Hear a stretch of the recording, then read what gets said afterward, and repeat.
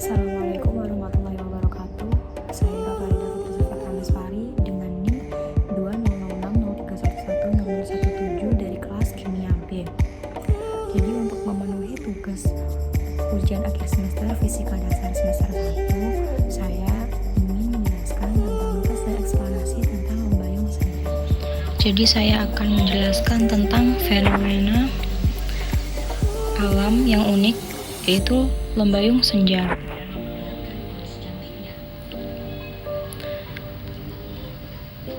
Alam merupakan karunia ciptaan Tuhan yang luar biasa.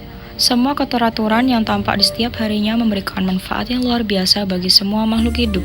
Salah satu bentuk keteraturan alam yang bisa kita rasakan dan teramati adalah keteraturan gerak harian matahari yang selalu terbit di ufuk timur dan tenggelam di ufuk barat, di mana perubahan posisi matahari yang berkelanjutan memberikan pemaparan sinar matahari dengan spektrum warna yang beraneka ragam. Pada cuaca yang cerah, pergerakan semu harian matahari ini menampilkan fenomena yang luar biasa dan dapat dinikmati oleh siapapun yang memandang. Pada saat senja tiba, tidak lama dari terbenamnya matahari, terkadang kita bisa melihat pemandangan langit yang cerah yang disebut dengan istilah lembayung senja. Dalam Kamus Besar Bahasa Indonesia tahun 2006, istilah lembayung merupakan sebuah kata benda yang mendefinisikan penggabungan dua warna, yaitu kuning dan ungu atau disebut dengan warna jingga. Definisi ini menggambarkan kondisi perpaduan warna yang tampak pada langit senja akibat penghamburan radiasi sinar matahari.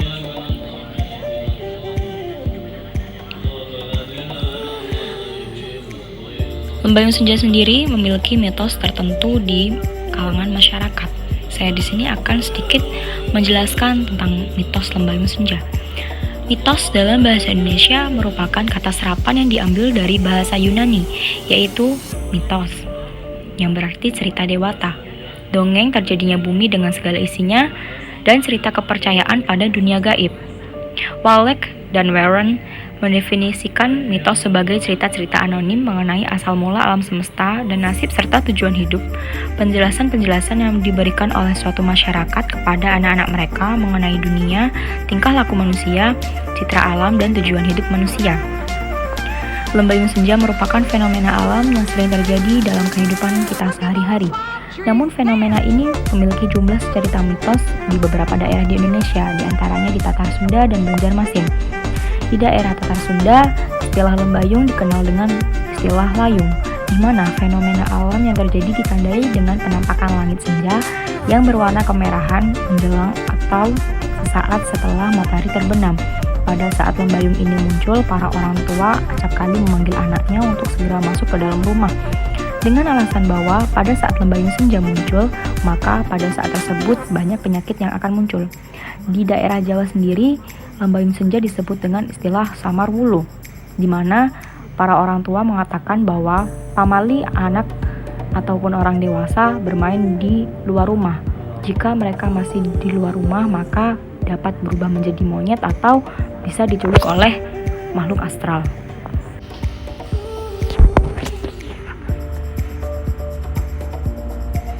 Lembayung senja yang terjadi dalam keseharian merupakan keteraturan alam yang sudah terabadikan di dalam Al-Quran, yaitu pada surat Al-Insyiqaq ayat ke-16. Dalam penggalan ayat tersebut disampaikan bahwa Allah telah bersumpah ketika cahaya merah di waktu senja dan ketika pada waktu malam, bahwa sesungguhnya manusia akan melewati fase kehidupan. Fase tersebut berjalan ketika pembuahan sel telur oleh sperma hingga manusia tersebut meninggal dan dibangkitkan kembali. Surat tersebut mengutarakan terjadinya kiamat dan janji Allah kepada orang yang beriman ketika kiamat. Dalam perspektif Islam, permunculan lembayung senja yang terjadi pada saat terbenamnya matahari menjadi landasan dalam perhitungan pergantian hari atau penanggalan.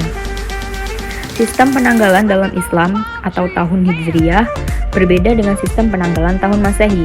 Sistem penanggalan Islam diawali dengan gema azan maghrib sebagai permulaan sebuah hari, sedangkan penanggalan Masehi dihitung sejak waktu melewati jam 12 malam.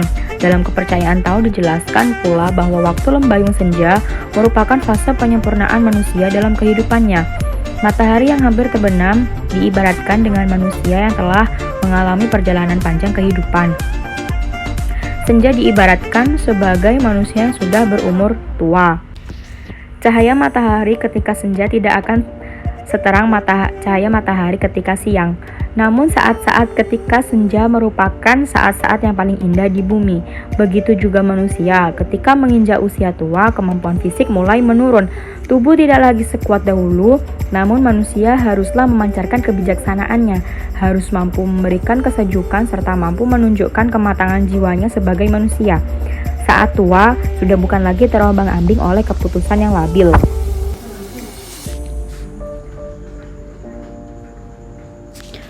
Nugroho mengatakan bahwa warna adalah kesan yang diperoleh mata dari cahaya yang dipantulkan oleh benda-benda yang dikenai cahaya tersebut.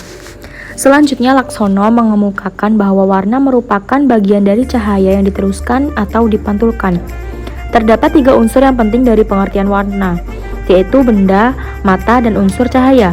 Secara umum, warna didefinisikan sebagai unsur cahaya yang dipantulkan oleh sebuah benda dan selanjutnya diinterpretasikan oleh mata berdasarkan cahaya yang mengenai benda tersebut.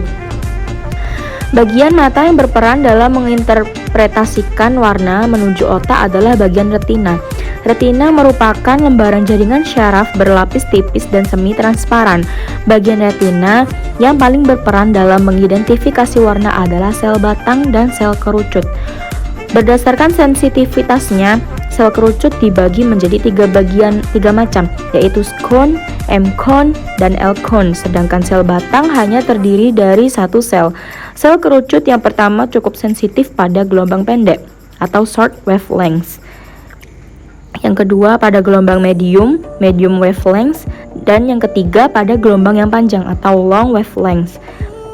Sensitivitas penglihatan warna normal tergantung dari spektrum cahaya yang lebih banyak diserap dari ketiga sistem, merah, hijau, biru sebagai warna utama. Perbedaan warna yang terlihat tergantung dari tipe sel kerucut yang distimulasi. Ketika sel kerucut dirangsang oleh cahaya, sinyal tersebut akan ditransmisikan melalui neuron yang terkait melalui saraf optik menuju korteks serebradi bagian otak.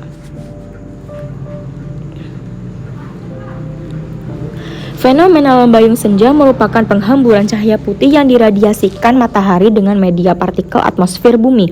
Cahaya putih merupakan cahaya polikromatik yang terbentuk dari berbagai spektrum warna monokromatik.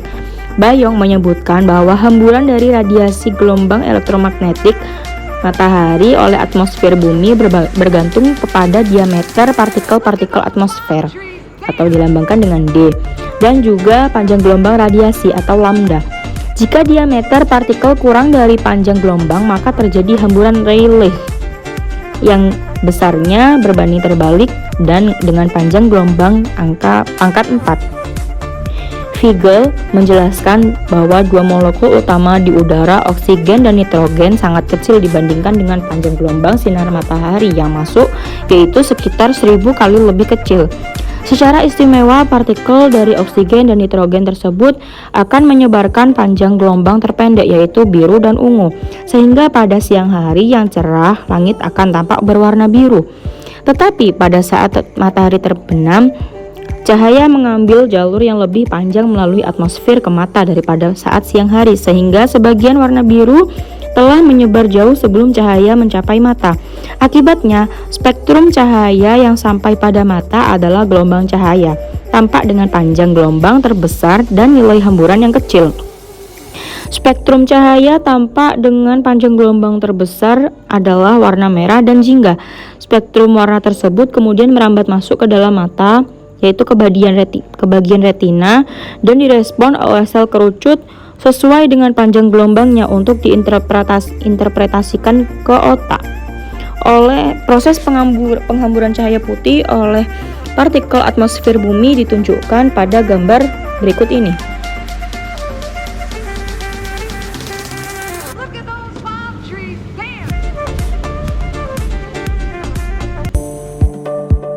Ini merupakan contoh dari lembayung senja.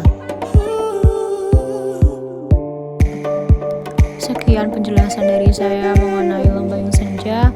Terima kasih. Wassalamualaikum warahmatullahi wabarakatuh.